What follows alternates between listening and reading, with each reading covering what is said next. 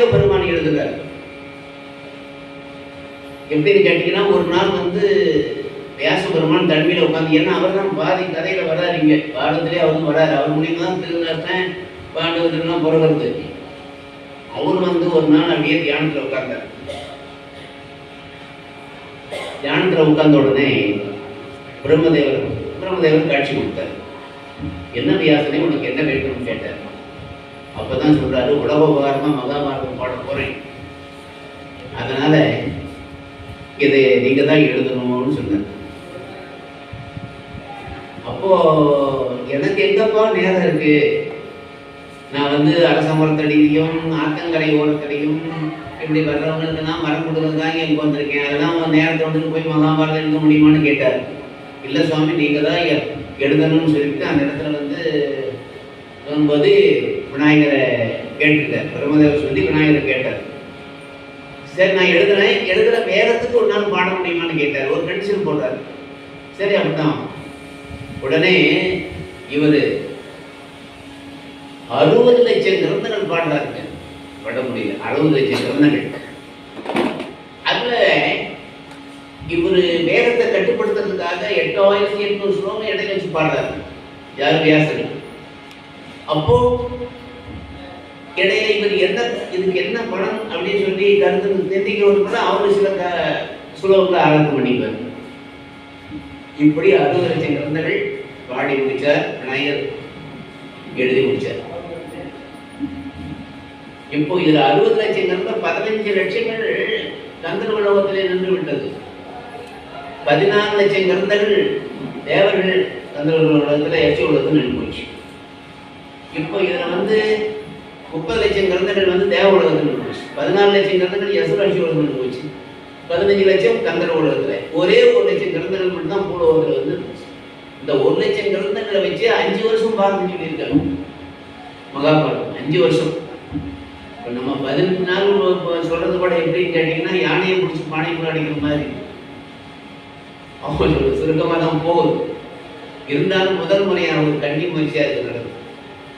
அப்படிப்பட்ட வகையில பார்க்கின்ற போது இந்த மகாபாரதம் என்பது மிகப்பெரிய ஒரு வரலாறு. ஓடியல் சீரியல்ஸ் சொல்லி 2 காவியம் கிரேக்க நாட்டில் இருந்தது. அது கோமர்கர் கண்ணில்லாத இருந்தார். அதான் உலகத்திலே பெரிய காவியம் சொல்லியிருந்தாங்க. ஆனா மகாபாரத ராமாயணம் தான் பெருசு அப்படிங்கிறது உலகத்துல அதுக்கப்புறம் தான் எல்லாரும் தெரிஞ்சு. அப்பேற்பட்ட ஒரு காவியம் சாதாரணமான விஷயம் இல்லை. சொல்லக்கூடியவங்களும் எவ்வளவு நுட்பமா சொல்லணும், கேட்கக்கூடியவங்களும் எவ்வளவு பொறுமையா அருமையா கேட்கணும் அப்படிங்கிறது அந்த காலத்துல இந்த மாதிரி ஒரு திரைப்படமோ அல்லது தொலைக்காட்சியோ வராத காலத்துல ஜனது இதைதான் அதிகமா கேட்டுட்டு படிச்சுட்டு இருந்தாங்க. அப்படிப்பட்ட வகையில இந்த மகாபாரத காவியத்தை எல்லாரும் மிகுந்த ஆவலோடு அன்போடு நீங்க கேட்டால் அதனாலே பின்னால உங்களுக்கு எல்லா விதமான நன்மையும் உண்டாகும் என்று சொல்லி அந்த விநாயகர் பெருமானுடைய துதி முதல் துதி என்ன சொல்றாரு தெரியுங்களா?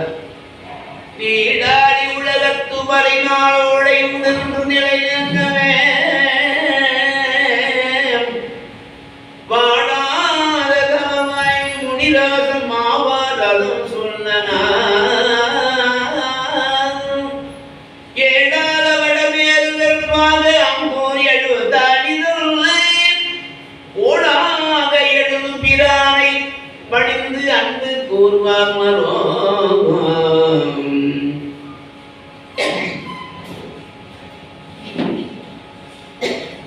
ஆகினால அப்படிப்பட்ட நீடாடி கடல் சூழ்ந்த உலகத்திலே கால் பங்குதான் நிலப்பூமி.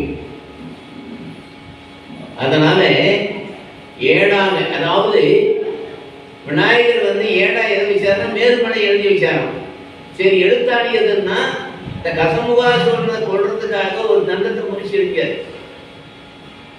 அப்போ அவனுக்கு இருபூராக்கி அவன் சாகாத வரப்பட்டதுனால உடனே அவனுடைய ஞான பார்வையினால பெருச்சாரி படிவை எடுத்துக்கொண்டு வரலாம். அதே வாகனமாக விநாயகர் புரியுதுங்களா? அதனாலே தான் அப்படிப்பட்ட கருணை உள்ளவர் அந்த விநாயகர் அதுல ஒழிச்சு அந்த தந்தத்தை எழுதினாலும் அதே தந்தத்தை வச்சுதான் மகாபாரத்தை எழுதினார். கோடாக எழுதும் பிரானை. அப்படிப்பட்ட ஒரு பெருமையுடையது. அப்பேற்பட்ட அந்த மகாபாரத்தை கேட்கிறவங்களுக்கு அந்த பகவானுடைய கிருபை பரிபூர்ணமாக இருக்கும் என சொல்லிக்கொண்டு இந்த நிகழ்ச்சியை நம பார்வதி பதையே நம பார்வதி பதையே வெற்றிவேல் முருகனுக்கு ஞானவேல் முருகனுக்கு ராதாரமண கோவிந்தா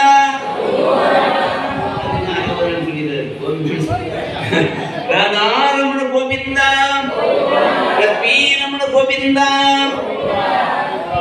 இடத்துல மாறி போட்டு கொடுத்துருவாங்க. இதை சொன்னே ஆர்த்தி சொல்லிடுவாங்க. அது ஒன்று இருக்கு. அந்த மாதிரி ஒரு அற்புதமான இந்த காவியத்தை இங்கே தொடங்குவதற்கு ஏற்பாடு செய்த விழா குழுவினர் அனைவருக்கும் என்னுடைய அன்பான கனிவான நன்றியை தெரிவித்துக் கொண்டு இந்த நிகழ்ச்சியை ஆரம்பிக்க